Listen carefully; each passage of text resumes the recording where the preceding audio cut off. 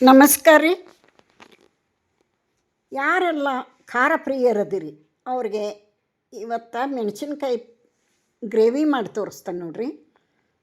ಜವಾರಿ ಮೆಣಸಿನ್ಕಾಯಿ ತೊಗೋಬೇಕು. ಖಾರ ಇರಂಗಿಲ್ಲ ಇವು, ಭಾಳ ಅಂದ್ರೆ ಭಾಳ ಟೇಸ್ಟ್ ಇರ್ತಾವೆ, ರುಚಿ ಅಂದ್ರೆ ರುಚಿ ಇರ್ತಾವೆ ಮಸ್ತ್ನಾಗ. ಇಲ್ಲೇ ಒಂದು ಬೌಲ್, ಚಿಕ್ಕ ಬೌಲ್ ಇಲ್ಲೇ ಒಂದು ಬೌಲು ಅಂದ್ರೆ 2 ಟೇಬಲ್ ಸ್ಪೂನು ಶೇಂಗಾ ಕಾಳು ಹುರ್ಕೊಳತ್ತೀನಿ ಈ ಮೆಣಸಿನ್ಕಾಯಿ ಪಲ್ಯಕ್ಕೆ. ಯಾರಿಗೆಲ್ಲ ಮೆಣಸಿನ್ಕಾಯಿ ಪಲ್ಯ ಇಷ್ಟ ಈ ಥರ ಮಾಡ್ಕೊಂಡು ತಿನ್ನಿರಿ.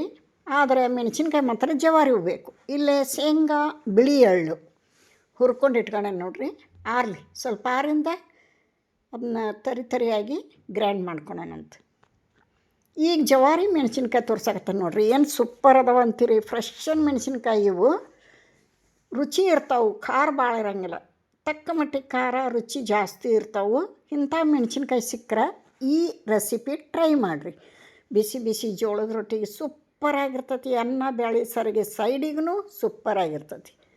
ಈ ಮೆಣಸಿನ್ಕಾಯಿ ತೊಳೆದು ಒರೆಸ್ಕೊಂಡು ಈ ಥರ ಕಟ್ ಮಾಡ್ಕೊಳತ್ತಾನೆ ನೋಡ್ರಿ. ಬೀಜ ತೆಗಿಯೋ ಅವಶ್ಯಕತೆ ಇಲ್ಲ, ಯಾಕಂದ್ರೆ ಖಾರ ಇಲ್ಲವು, ಭಾಳ ರುಚಿ ಅದಾವೆ.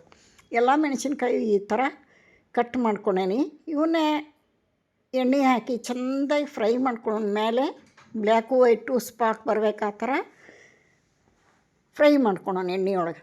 ಈಗ ನೋಡಿರಿ ವಾರ್ಯಾವು ಗ್ರೈಂಡ್ ಮಾಡಿ ಇಟ್ಕೊತೀನಿ. ಇದೊಂದು ಪಲ್ಯ ಇದ್ರೆ ರೊಟ್ಟಿಗೆ, ಚಪಾತಿಗೆ, ಅನ್ನಕ್ಕೆ ಎಲ್ಲದಕ್ಕೂ ಸೈ ನೋಡಿರಿ. ಒಂದು ಸ್ವಲ್ಪ ಜೊತೆಗೆ ಮೊಸರು ಇರಬೇಕು, ಸೂಪರಾಗಿರ್ತೈತಿ. ಪೌಡ್ರ ರೆಡಿ ಆಯ್ತು. ನೀವು ಒಂದು ಸಲ ಟ್ರೈ ಮಾಡಿರಿ. ಮೆಣಸಿನ್ಕಾಯಿ ಮಾತ್ರ ಖಾರನ ಮೆಣಸಿನ್ಕಾಯಿಲೆ ಮಾಡಬೇಡ್ರಿ, ಬೇರೆ ಯಾವ ಮೆಣಸಿನ್ಕಾಯಿ ನಡೆಯಂಗಿಲ್ಲ. ಈ ಜವಾರಿ ಮೆಣಸಿನ್ಕಾಯಿನ ಬೇಕು. ಏನು ರುಚಿ ಅಂತೀರಿ ಇವು. ಉಪ್ಪು ಜೀರಿಗೆ ತುಂಬಿ ಕರ್ಕೊಂಡು ರೊಟ್ಟಿಯೊಳಗೆ ಅನ್ನದೊಳಗೂ ತಿನ್ಬೋದು ಇವನ್ನ. ಈಗ ನೋಡಿರಿ ರೆಡಿ ಆಗ್ಯಾವ ನೋಡಿರಿ, ಪರ್ಫೆಕ್ಟಾಗಿ ಫ್ರೈ ಆಗ್ಯಾವು. ಸಾಕಿನ ಒಂದು ಪ್ಲೇಟಿಗೆ ತೆಗೆದಿಡ್ತೀನಿ. ಎಷ್ಟು ತಿಂದರೂ ಸಾಕು ಅನ್ಸಂಗಿಲ್ಲ ನೋಡಿರಿ. ಖಾರನೇ ಇರೋಂಗಿಲ್ಲ ಇವು. ಎಷ್ಟು ಸಣ್ಣ ಮಕ್ಕಳು ತಿಂತಾವೆ, ಅಷ್ಟೊಂದು ಟೇಸ್ಟಾಗಿರ್ತೈತಿ ನೋಡಿರಿ. ಪರ್ಫೆಕ್ಟಾಗಿ ಹುರಿದು ಒಂದು ಪ್ಲೇಟಿಗೆ ತಕ್ಕೊಳ್ಳೋಣ. ಇದಕ್ಕೆ ಸ್ಟಫಿಂಗ್ ರೆಡಿ ಮಾಡೋಣ. ಈ ಥರ ಜವಾರಿ ಮೆಣಸಿನ್ಕಾಯಿ ನಮ್ಮ ಉತ್ತರ ಕರ್ನಾಟಕದಾಗ ಭಾಳ್ರಿ ಇವು. ಸಿಕ್ಕರೆ ಮಾತ್ರ ಒಂದು ಸಲ ಟ್ರೈ ಮಾಡಿರಿ. ಹೆಂಗೆ ಬಂತು ಅಂತ ತಿಂದು ಕಮೆಂಟ್ ಹಾಕಿರಿ. ರುಚಿ ಬಗ್ಗೆ ಕಮೆಂಟ್ ಹಾಕಿರಿ. ಈಗ ನೋಡಿರಿ ಒಂದು 2 ಟೇಬಲ್ ಸ್ಪೂನ್ ಎಣ್ಣೆ ಸ್ವಲ್ಪ ಜಾಸ್ತಿ ಬೇಕು. ಸಾಸಿವೆ ಜೀರಿಗೆ ಹಾಕಿ ಚಟಪಟ ಅಂದಿಂದ ದೊಡ್ಡದು ಒಂದು ಈರುಳ್ಳಿ ಸಣ್ಣಕ್ಕೆ ಚಾಪ್ ಮಾಡ್ಕೊಂಡೇನಿ ಹಾಕಿ ಹಸಿ ಸ್ಮೆಲ್ ಹೋಗೋವರೆಗೆ ಬಾಡಿಸ್ಕೊಳೋಣ.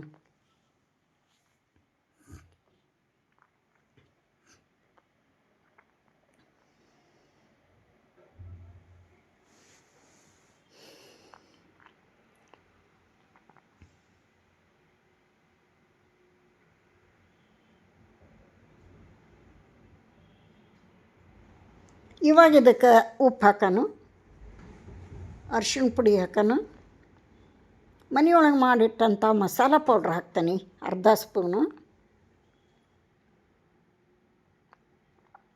ಇದಕ್ಕೆ ಮೇನ್ ಬೇಕಾಗಿರೋದು ಹುಳಿ ಬೆಲ್ಲ.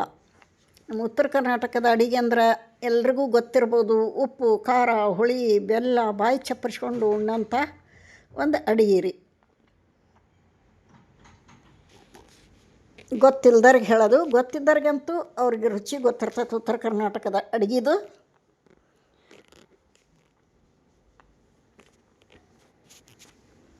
ಇವಾಗ ಹುಣಸೆ ರಸ ಹಾಕೋಣ. 1-2 ಟೇಬಲ್ ಸ್ಪೂನ್ನಷ್ಟು ಹುಣಸೆ ರಸ ಹಾಕೋಣ. ಅದಕ್ಕೆ ತಕ್ಕಂಗೆ ಬೆಲ್ಲ ಹಾಕೋಣ.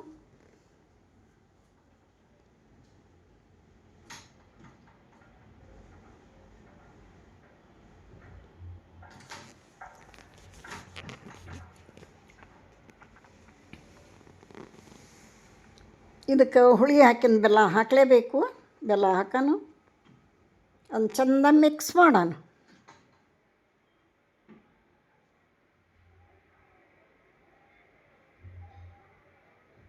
ಇದನ್ನು ಚಲೋ ಹೊತ್ನಂಗೆ ಮಿಕ್ಸ್ ಮಾಡೋಣ. ಬೆಲ್ಲ ಕರಗಬೇಕು, ಹುಳಿ ಬೆಲ್ಲ ಕುದಿಬೇಕದು. ಚಲೋ ಹೊತ್ನಾಗ ಕುದ್ದಾಗನ ರುಚಿ ಬರೋದು.